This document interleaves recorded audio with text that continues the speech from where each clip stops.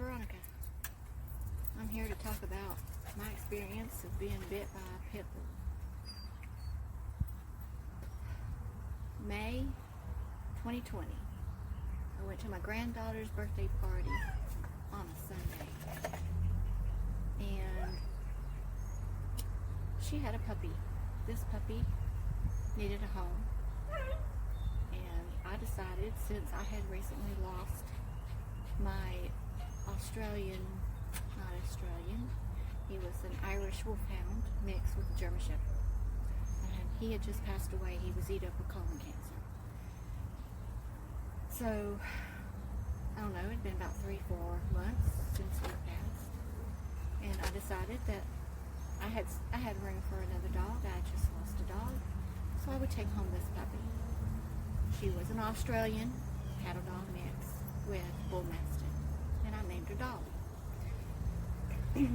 But before I had a chance to name her Dolly, I walked in the door with her, and my pit bull heard her squealing in her fear because, when we touched her, she behaved as if she was scared out of her mind. She was scared to death that somebody was going to hurt her. I have no idea why. But brought home this dog, and I walked in the door, and as soon as my pit bull saw, his name was Beast, as soon as he saw this puppy in my arms, he went for her. He went for her, and he tried to bite her. And when I held her up, he bit me. He bit my stomach. He bit my fingers. He bit my arm. He bit my arm and my fingers when I tried to grab his collar or his choker that was around his neck to control him. We had gotten the choker because he was so uncontrollable. He was hard-headed, hyper. He was like 5 years old, at least 5. He was not a puppy anymore, but he was big and muscular and strong and sweet. That's the terrible part about it all, is that he was such a sweet, sweet boy. And I loved him. I loved him with everything in me. But I brought home this puppy, and I was in the way.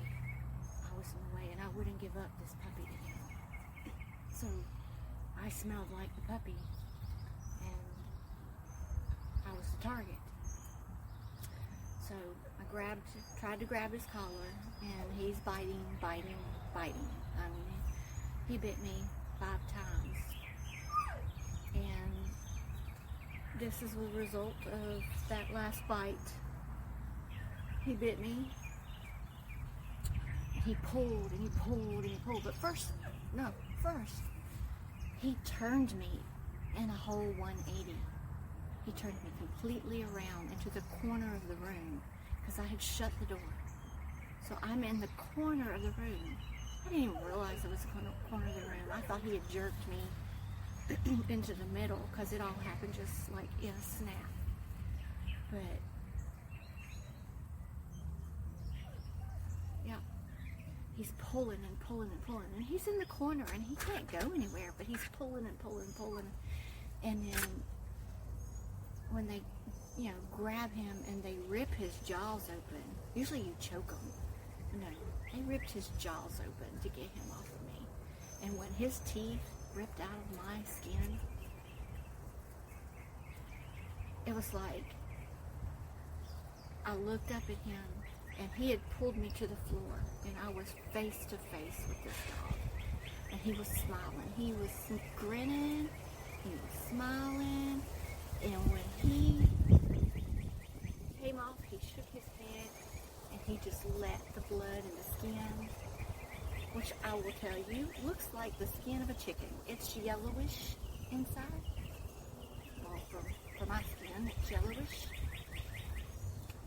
And he just let it all fly out of his mouth. Like, it was an amazing thing. And he was just relishing the fact that he had just ripped something apart.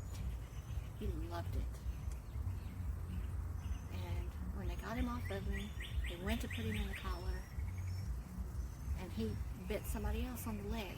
but they were able to get him off before it escalated again. So, needless to say, I spent a day and a half in the hospital, had to have major surgery, and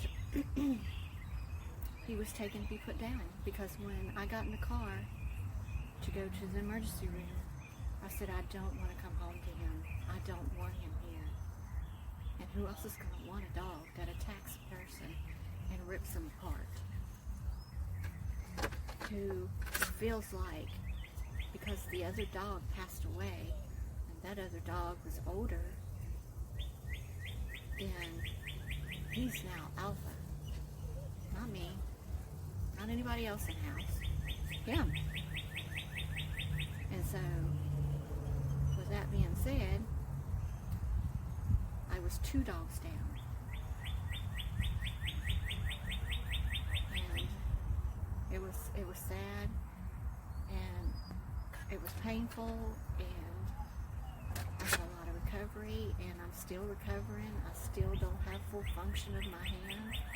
My 2 fingers here I had no feeling in them. I can feel them now, but it's still weak. There's still no strength in that side of my hand. So everything that I grab, I have to use 2 hands to make sure I'm steady and I don't drop things and break them. But that's my story. I spent all my life bringing home rescues as a child, bringing home dogs, bringing home, cats. I've always done it. I love animals. But he wanted to make me regret it. It may not have been thought in his head. Maybe he just thought, well, I'll just kill this intruder and we'll be done. But no, not in my house.